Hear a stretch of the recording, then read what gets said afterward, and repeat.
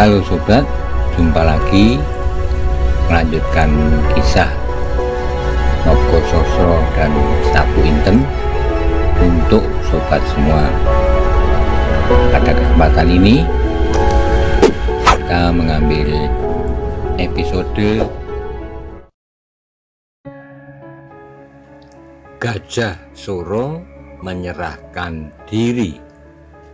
Silahkan menikmati. Untuk sobat semua, salam budaya.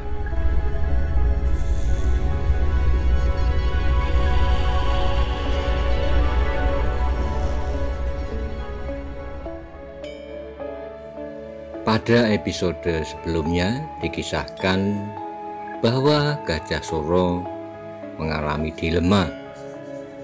Dia akan mengerahkan pasukannya untuk bertempur dengan Demak, ataukah ia menyerahkan diri sebagai tawanan karena tidak dapat menyerahkan sepasang keris pusaka Nogososro dan Sapu Inten.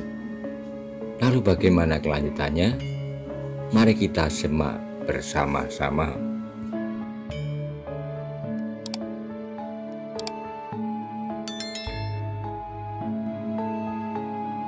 Apakah artinya ini Ki Ageng? Tanya Panjawi dengan suara bergetar. Ayah akan menghadiahkan tombak itu kepadaku, sahut Arya dengan riangnya. Dan bukankah ayah bermaksud mengizinkan aku untuk turut bertempur sekarang ini? Semua yang mendengar kata-kata Arya itu menarik napas dalam-dalam, lebih-lebih Gajah Suro sendiri. Arya, aku tidak bermaksud demikian, sebab hari ini aku akan bepergian jauh sekali dan belum tentu kapan akan kembali. Kaulah yang berhak untuk memiliki pusaka itu, tetapi sementara biarlah pusaka itu kau titipkan kepada eyangmu Wonomerto, kata Gajah Suro dengan suara lembut. Wajah Arya yang itu segera berubah menjadi kecewa dan bertanya-tanya. Pandangannya beredar di antara orang-orang yang berada di sekitarnya, seperti minta penjelasan. Akhirnya ia bertanya, ayah akan pergi jauh sekali. Ki Ageng Gajah Suro mengangguk. Selama ayah pergi, kau tidak boleh nakal, Arya. Kau harus menurut segala petunjuk Eyangmu Wonomerto, dan yang akan melanjutkan pelajaranmu dan olah kanuragan adalah pamanmu Maiso Jenar. Bukankah begitu, Adi? Maiso Jenar menjadi agak kebingungan, tetapi ia tidak dapat berkata lain daripada mengiyakan. Sesaat kemudian kembali Gajah Suro memandangi bendera Gulo Klopo yang melambai kepadanya. Sesaat kemudian dilayangkan pandangannya kepada seluruh anak buahnya yang berbaris teratur di belakangnya dalam gelar Dirodo Meto. Tiba-tiba Gajah Suro mengangkat tangan kanannya tinggi-tinggi. Pemimpin pasukan Demak yang rupa-rupanya cukup bijaksana dan tidak berbuat sesuatu, ketika ia menyaksikan Gajah Suro sedang berunding dengan bawahannya, juga mengangkat tangan kanannya untuk menjawab isyarat Gajah Suro. Sekali lagi Gajah Suro memandang kepada barisannya. Kemudian ia berkata kepada Wonomerto, sepeninggalku perintahkan pasukan ini mengundurkan diri, Paman. Aku percayakan Banyu Biru dalam kebijaksanaan Paman selama aku pergi. Aku juga minta agar Adi Maiso Jenar sudi menjadi pelindung daerah yang tak berarti ini.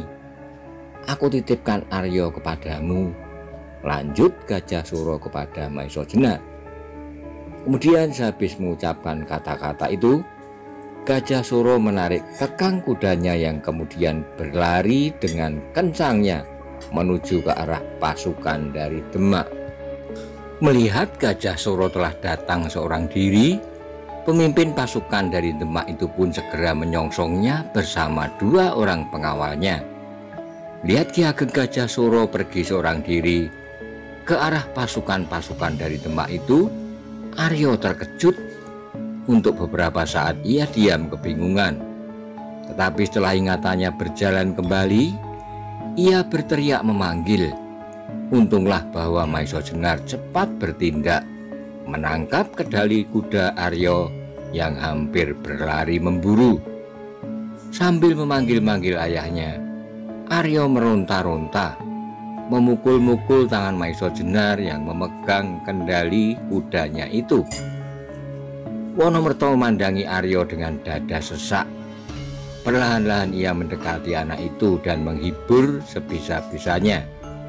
Namun untuk beberapa saat Aryo masih saja berusaha untuk melepaskan tangan Maiso Jenar dan berteriak-teriak sejadi-jadinya. Sebenarnya bukan saja Aryo yang menjadi bingung dan meronta-ronta, tetapi segenap hati Laskar Banyu Biru menjadi bingung dan meronta-ronta pula. Bahkan kemudian terdengarlah suara bergumam yang semakin lama semakin keras. Bantaran dan Samungrono nampak menjadi gelisah, sedang Pandan Kuning yang tak dapat menahan diri lagi berteriak nyaring. "Apakah artinya ini semua, Kakang? Kakang Wonomerto?" Wonomerto dapat memahami semuanya itu, dapat mengerti mengapa seluruh Laskar Banyu Biru menjadi gelisah dan bingung. Karena itu segera ia mengangkat tangannya untuk menenangkan keadaan, sedang tangannya yang lain mengacungkan pusaka Kiai Bancak tinggi-tinggi sebagai suatu pernyataan bahwa ia telah mendapatkan wewenang atas nama Aryo Saloko untuk memimpin daerah Perdikan Banyu Biru. Sementara itu keributan agak dapat ditenangkan, tetapi hati Laskar Banyu Biru itu sama sekali tak dapat ditenangkan. Mereka dengan darah yang bergelora melihat Ki Ageng Gajah Suro berlari di atas kudanya menemui pemimpin pasukan dari Demak yang datang menyongsongnya. Apalagi beberapa saat kemudian seluruh Laskar Banyu Biru yang berada di lereng Bukit Telomoyo itu menyaksikan dengan jelas bahwa pemimpin mereka, Ki Ageng Gajah Suro, pergi meninggalkan mereka bersama-sama dengan memimpin pasukan dari Demak itu, yang sebentar kemudian memberi aba-aba kepada seluruh prajurit Demak untuk menarik gelar Garuda Nglayang itu menjadi suatu barisan tidak dalam gelar perang.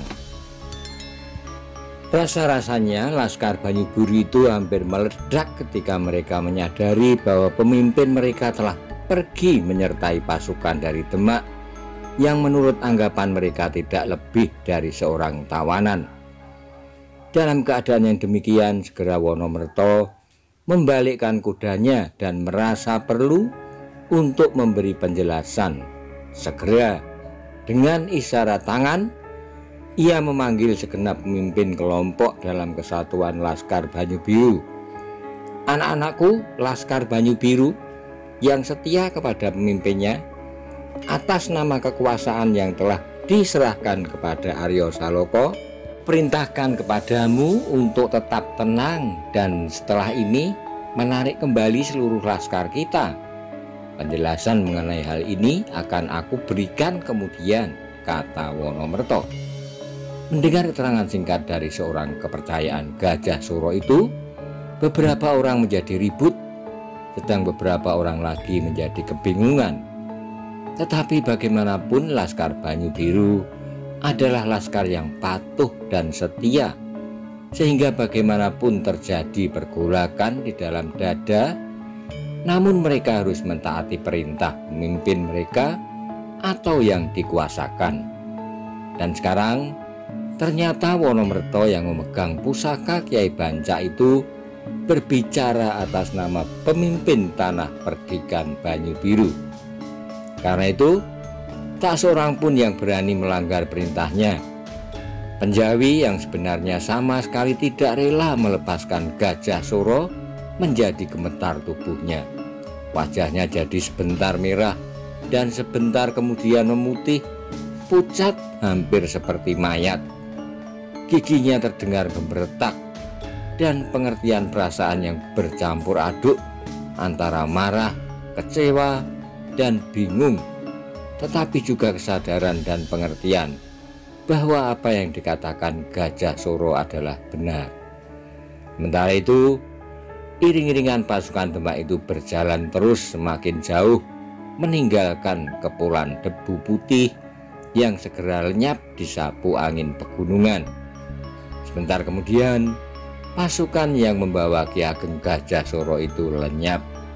Sedikit demi sedikit di tikungan, seperti ditelan oleh anak pegunungan yang menonjol di hadapan Laskar Banyu Biru itu. Bersama dengan lenyapnya pasukan Demak itu, dari pemandangan mereka terdengarlah Arya Saloka terisak-isak. Wonomerto segera mendekatinya dan kembali ia mencoba menenangkan Arya yang meskipun berusaha menahan tangisnya, tetapi akhirnya air matanya terurai mengalir. Melihat hal itu, Panjawi semakin bergelora meskipun ia sadar bahwa tak ada yang dapat dilakukan. "Arya, marilah kita pulang," kata Wonomerto lembut. Dengan masih terisak-isak, Arya menggelengkan kepalanya. "Pulanglah Arya," sambung Maiso Jenar. "Bukankah ayahmu telah berpesan supaya engkau menuruti nasihat kakekmu Wonomerto?" Arya memandang Maiso Jenar dengan mata merah yang basah, seolah-olah ia ingin menanyakan mengapa Maiso Jenar tidak berbuat sesuatu untuk menyelamatkan ayahnya. "Tidakkah paman pulang ke Banyu Biru?" tanya Arya di sela-sela isaknya. "Pasti Arya," jawab Maiso Jenar. "Aku akan pulang Banyu Biru. Tetapi berjalanlah dahulu, aku segera akan menyusul." Sekali lagi Arya memandang pada Maiso Jenar dengan penuh pertanyaan. Tetapi sejenak kemudian ia pun menjadi agak tenang. Bersama-sama dengan Wonomerto, Panjawi, dan seluruh Laskar Banyu Biru, Arya berjalan kembali ke Banyu Biru kecuali Maiso Jenar. Kepada Wonomerto, Panjawi, dan Arya Saloka, Maiso Jenar minta izin untuk tinggal sebentar dan kemudian akan segera menyusul kembali. Sepeninggal pasukan Banyu Biru, Maiso Jenar mengendarai kudanya perlahan-lahan di sepanjang lereng-lereng bukit. Rasanya ada sesuatu yang tidak menenteramkan hatinya. Firasatnya yang agak tajam menangkap sesuatu yang tidak wajar akan terjadi. Beberapa saat kemudian Maiso Jenar muncul di sebelah bukit yang menghalangi pandangannya, dan kembali nampak debu berhamburan jauh di bawah kakinya. Itulah iring-iringan pasukan dari Demak. Tanpa disengaja, kudanya dilarikan agak cepat ke arah yang sama dengan pasukan itu. Jaraknya semakin lama semakin dekat. Tetapi apabila jarak itu sudah terlalu dekat, maka memungkinkan orang-orang Demak itu dapat melihatnya, sehingga segera ia menghentikan kudanya dan berdiri di tempat yang agak tersembunyi. Tetapi ketika sudah agak jauh dari Banyu Biru, tiba-tiba darah Maiso Jenar tersirat ketika melihat di lereng-lereng bukit di sekitar jalan yang dilewati pasukan Demak itu tampak titik-titik yang bergerak-gerak.